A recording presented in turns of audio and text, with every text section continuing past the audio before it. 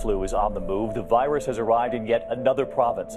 They're concerned about any health problem that's on the mainland. It's not going to stay there. Showing the vaccine only thought to be 10% effective. Nationwide, there are already more than 41,000 cases confirmed. Every state in the country reporting widespread flu activity. As of this morning, 18 countries around the world have reported cases of the flu within their borders. Numbers out of Australia as of mid-October are concerning. If you get sick, stay home.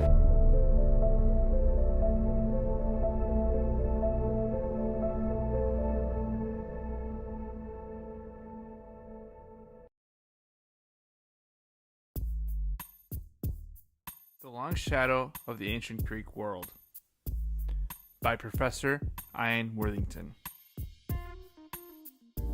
So again, with these courses, you're going to get a little bit of overlap going from the Egyptians to the Persians to the Greeks.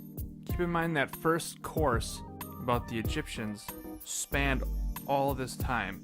It referenced the Persians, it referenced the Greeks, and it also referenced the Romans. As a matter of fact, I think the Egyptian course starts somewhere around 3000 BC and goes all the way up to Cleopatra, which is around 30 BC, and I think a little bit even beyond into the Roman Empire. But again, that course kind of almost grazes over the Persians and the Greeks, so getting the extra courses on those civilizations probably isn't a bad idea. Now that being said, I do think the Greek one is not as good as the Persian one, and the Persian one isn't as good as the Egyptian one. I wish Bob Breyer would have been able to do the whole series, but he's an Egypt guy. He's got the name Mr. Mummy for a reason. Maybe it's the region that he gave his lecture on, but for whatever reason, Egypt is still my favorite. The Professor is fine, but a lot of it had to do with philosophy and politics, which we have the Greeks to thank for a lot of our own politics. I don't find politics interesting currently, and I certainly don't find ancient philosophy and politics interesting either. But it's what they're known for. It does go into detail on how Greece was pretty divided for a long period of time, like the Spartans, the Athenians, and so on, and the outside influence of like the Persians constantly kind of keep them suppressed, and as a result the Greeks were kind of instigators, always testing the Persians. And of course there's a lot of reference to the famous story of the 300 Spartans, which to me personally is kind of one of the reasons why I think the Greeks were a little backwards. I'm sure there's a lot of people out there who are going to think, who love the Greeks, I think I'm nuts, but you have, for example, the Spartans. Legendary tough guys. They told everyone how tough they were. They selected babies at birth that were only big and strong. The rest of them got discarded, were exposed, and they also make mention of the Spartans having population issues. They couldn't sustain their numbers. Well, I'm sorry, but their tactics of having, for the ones who had families, they had to almost sneak out to go be with their wives. A bunch of them were gay. So when you have a large population that isn't making babies, and then of the babies that you have, you discard some of them, your population is unlikely to thrive. That just seems like common sense to me, but what do I know?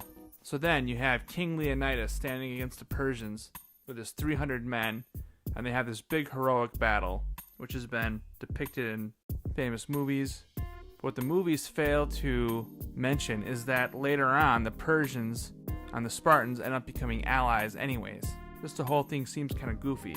And despite all that, for all they're sitting around and thinking that they did in philosophy, they still, in my opinion, were just a bunch of savages.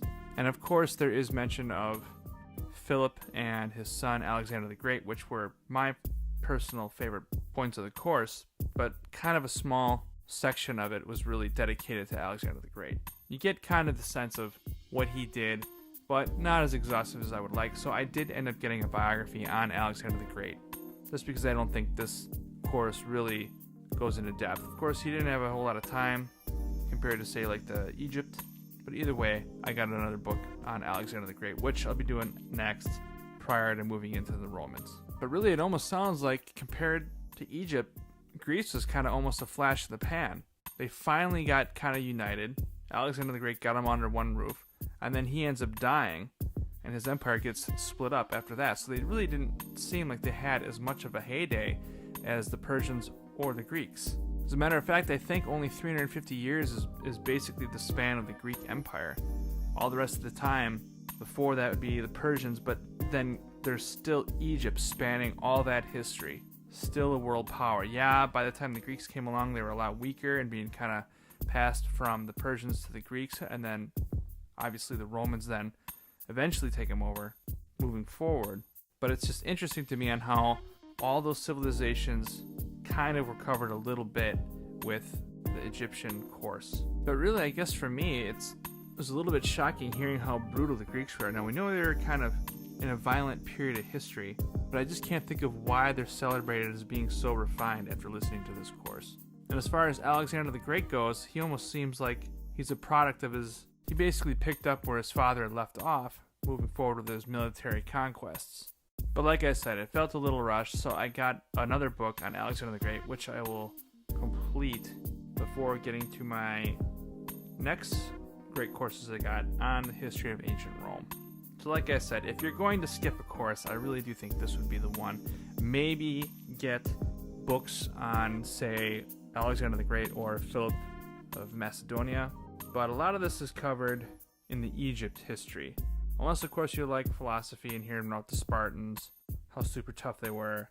Or if you're like me and you're trying to get a well-rounded sense of history without having too many gaps, then definitely check out this course. But if you're going to skip one, definitely this is the one to do it. Let me know what you guys think if you've listened to it. Let me know your thoughts in the comments below, and I'll talk to you next time.